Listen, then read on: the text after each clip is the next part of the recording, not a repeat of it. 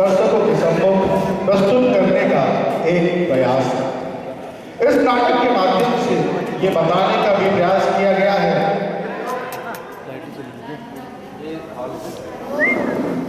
ये नाटक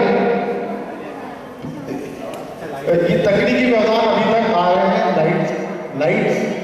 लाइट्स को कृपया कर चलने ही दें। नाटक का अंतिम संदेश भगवान बुद्ध के महापरिनिर्वाण के 3 माह पूर्व भिक्षु संघ को दिए गए अंतिम संदेश को दर्शकों के सम्मुख प्रस्तुत करने का एक प्रयास है। इस नाटक के माध्यम से ये बताने का भी प्रयास किया गया कि भगवान बुद्ध ने कभी स्वयं को कोई अवतार, नेतृत्वकर्ता, भगवान या मोक्षदाता ना कहकर स्वयं को मार्गदाता कहा है। भगवान बुद्ध की शिक्षा एकदम आधुनिक रही है और आज के परिप्रेक्ष्य में भी वह आधुनिक ही है, जबकि उनका जीवन काल 563 ईसा पूर्व का है। उनका ये कहना कि किसी बात को इसलिए न मानो कि वह शास्त्रों में लिखी गई थी अथवा उसको आपके गुरु ने अथवा मैंने कही है, बल्कि उस बात को अपने विवेक से समझो, देखो और विचार करो क्या ये सत्य है और बहुजन के हिताय है। तब अगर वो सत्य दिखे तो उस पर विश्वास करो। इस वाक्य ने मुझे नाटक लिखने व मंचित करने का साहस दिया। इस नाटक के निर्देशक के बारे में मैं आपको बताना चाहूंगा। इस नाटक अंतिम संदेश के निर्देशक हैं राकेश वरवड़े, जिन्हें हम सब आप प्यार से अक्षत कहते हैं। इनका जन्म 3 मई 1987 को बैतूल मध्य प्रदेश में हुआ। भोपाल से स्नातक करने के साथ सन 2010 से रंगमंच की यात्रा प्रारंभ हुई। मध्य प्रदेश नाट्य विद्यालय भोपाल प्रशस्कों के सन 2014-15 के विद्यार्थी हैं। इन्होंने भारत के विभिन्न रंगकर्मियों के साथ काम किया, जिसमें आलोक चटर्जी, संजय उपाध्याय, देवेंद्र राज अंकुर, अनुरुद्र खुड़वन, रघुवीर यादव, चंद्रहास तिवारी, प्रेम गुप्ता, उत्तरा भावर, अभिजीत सोलंकी, जिन्हें चिराग भी कहा जाता है, सौरभ अनंत, ग्लैडिस क्लैन के बारे में मैं बताना चाहूँगा कि मुख्यतः फ्रांस से हैं। इन्होंने 20 से भी अधिक नाटकों में अभिनय किया है तथा बैतूल में ही नहीं, बैतूल में ही हानोश एक जो नाटक यहाँ पर हुआ था, छतरियों का निर्देशन एवं सृष्टि का आखिरी आदमी का सह निर्देशन कर चुके हैं। इन दिनों नाट्य विद्यालय की अनुदान योजना के अंतर्गत रंगमंचीय कार्य को बढ़ावा देने के उद्देश्य से बैतूल में कार्य कर रहे हैं। इस नाटक के निर्देशक राकेश वरवड़े जी, जिन्हें हम सब आप प्यार से अक्षत कहते हैं। इन्होंने बच्चों के साथ नाट्य कार्यशाला का सफलतापूर्वक आयोजन किया है, जिसमें भोपाल, सीहोर, बैतूल प्रमुख है।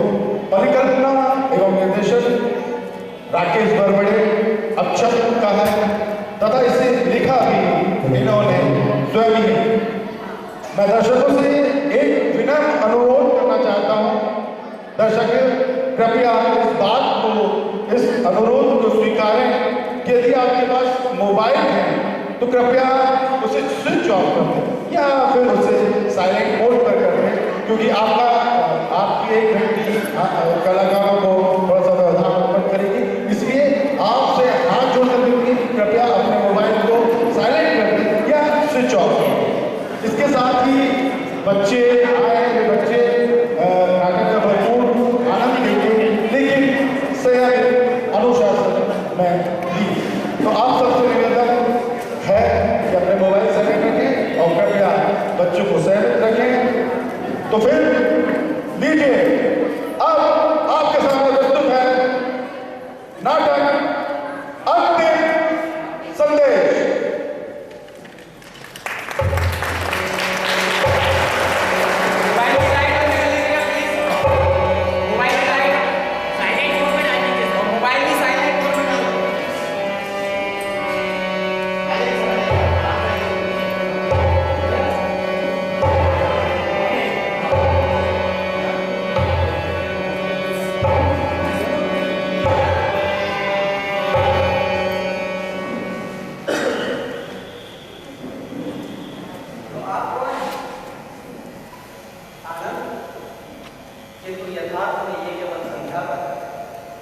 यथार्थ में ऐसा कोई पुरुष है।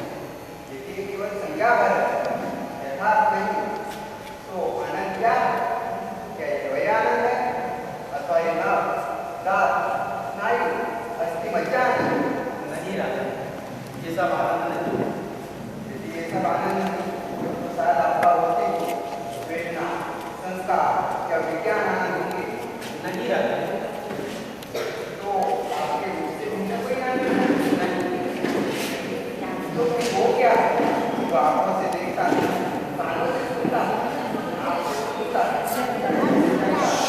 त्वचा से स्पर्श करता है, मन से मन को जानता है, या शरीर से भिन्न कोई वस्तु है? जो देखता हूँ, सुनता हूँ, करता हूँ। नहीं राजा, शरीर से भिन्न कोई भी चीज आनंद नहीं। तो फिर मुझे बताइए कि आनंद कौन है? राजा, आप यहाँ कैसे आए? पैदल या रथ पर? कहाँ है आपका रथ? क्या हरीश रथ है? क्या अश्वरथ? क्या चक्र रथ है? नहीं क्या रसिया चाबुक रथ? नहीं महाराज, ये सब रथ नहीं। तो फिर मुझे बताइए, आखिर रथ है क्या? आचार्य, अनेक अवयव के आधार पर रथ की ओर एक संज्ञा है। आप में ऐसी कोई वस्तु नहीं। राजा, मैंने भी तो आपसे यही कहा था, आनंद भी तो एक संज्ञा पर है। यथार्थ में ऐसा कोई पुरुष विद्यमान नहीं। जिस तरह अनेक अवयवों के आधार पर रथ एक संज्ञा पर है, उसी तरह 5 स्कंदों के आधार पर एक सत्व, एक जीव, एक संख्या को स्वीकारा जाता है।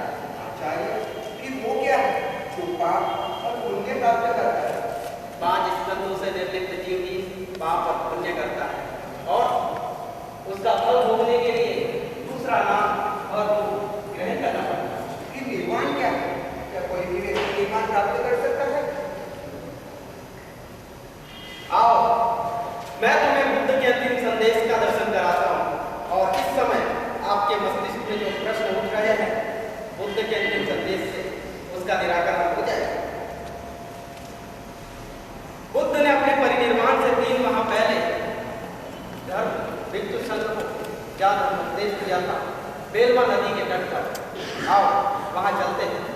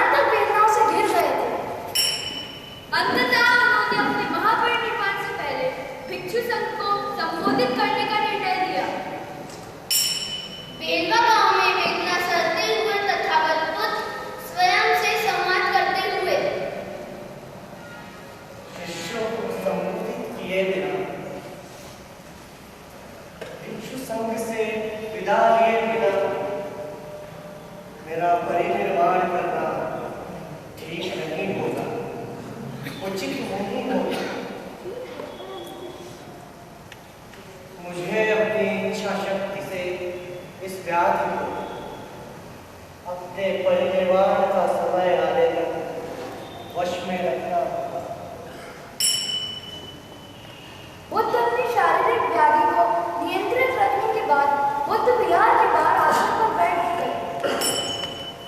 अनंत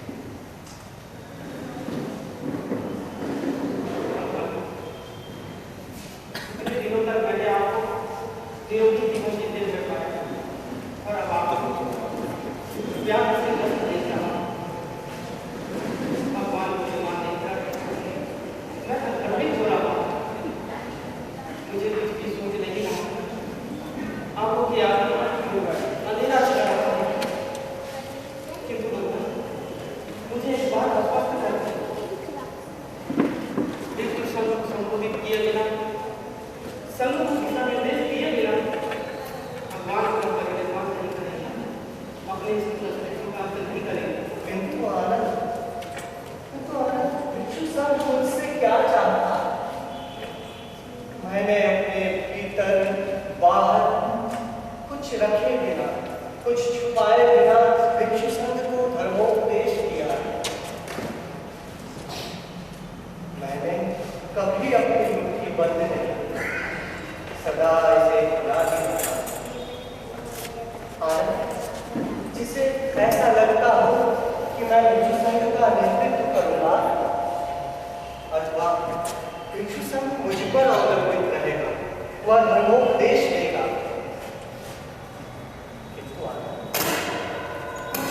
कभी भी ऐसा नहीं लगा। तो भला मैं क्या उपदेश दूंगा? तथागत संघ का नेतृत्व करता है, संघ उस पर निर्भर है।